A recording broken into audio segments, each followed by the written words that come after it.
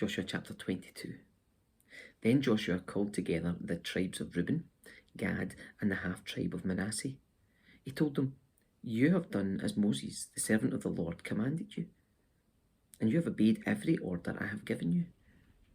During all this time you have not deserted the other tribes. You've been careful to obey the commands of the Lord your God right up to the present day. And now the Lord your God has given the other tribes rest as he promised them. So go back home to the land that Moses, the servant of the Lord, gave you as your possession on the east side of the Jordan River. But be very careful to obey all the commands and the instructions that Moses gave to you. Love the Lord your God. Walk in all his ways. Obey his commands. Hold firmly to him and serve him with all your heart and all your soul." So Joshua blessed them and sent them away, and they went home. Moses had given the land of Bashan, east of the Jordan River, to the half-tribe of Manasseh. The other half of the tribe was given land on the west of the Jordan. As Joshua sent them away and blessed them, he said to them, "Go back to your homes with the great wealth you have taken from your enemies, the vast herds of livestock, the silver, gold, bronze, and iron, and the large supply of clothing. Share the plunder with your relatives." So the men of Reuben, Gad, and the half-tribe of Manasseh left the rest of Israel at Shiloh in the land of Canaan. They started the journey back to their own land of Gilead, the territory that belonged to them according to the Lord's command through Moses. But while they were still in Canaan, and when they came to a place called Geliloth, near the Jordan River, the men of Reuben, Gad, and the half-tribe of Manasseh stopped to build a large and imposing altar. The rest of Israel heard that the people of Reuben, Gad, and the half-tribe of Manasseh had built an altar at Geliloth, at the edge of the land of Canaan, on the west side of the Jordan River. So the whole community of Israel gathered at Shiloh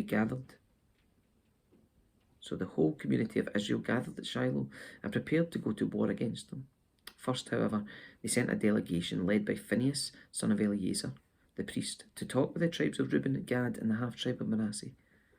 In this delegation were 10 leaders of Israel, one from each of the 10 tribes, and each the head of the family within the clans of Israel. When they arrived in the land of Gilead, they said to the tribes of Reuben, Gad, and the half-tribe of Manasseh, "The whole community of the Lord demands to know why you're betraying the God of Israel.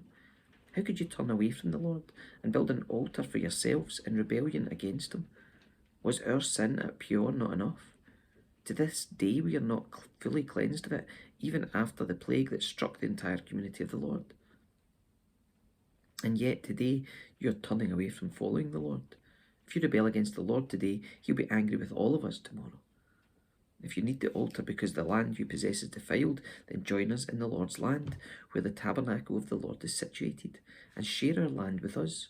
But do not rebel against the Lord or against us by building an altar other than the one true altar of the Lord our God."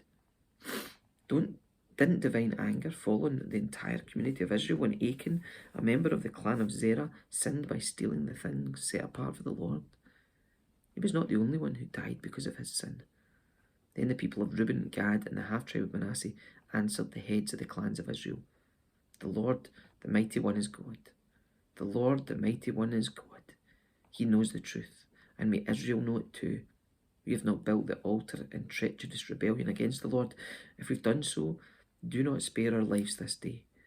If we built an altar for ourselves to turn away from the Lord, or to offer burnt offerings or grain offerings or peace offerings, may the Lord himself punish us. The truth is, we built this altar because we fear that in the future your descendants will say to ours, 'What right do you have to worship the Lord, the God of Israel?'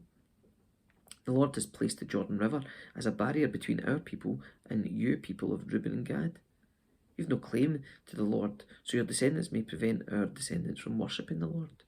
So we decided to build the altar, not for burnt offerings or sacrifices, but as a memorial.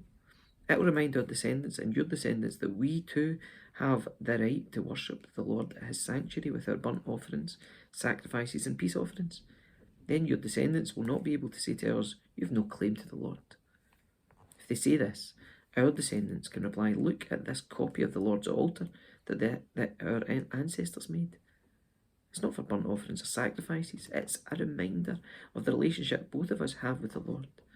Far be it from us to rebel against the Lord or turn away from him by building our own altar for burnt offerings, grain offerings, or sacrifices. Only the altar of the Lord our God that stands in front of the tabernacle may be used for that purpose. When Phinehas the priest and the leaders of the community, the heads of the clans of Israel, heard this from the tribes of Reuben, Gad, and the half-tribe of Manasseh, they were satisfied. Phinehas, son of Eleazar the priest, replied to them, "Today we know the Lord is among us, because you have not committed this treachery against the Lord, as we thought. Instead, you've rescued Israel from being destroyed by the hand of the Lord." Then Phinehas, son of Eleazar the priest, and the other leaders left the tribes of Reuben and Gad and Gilead and returned to the land of Canaan to tell the Israelites what had happened.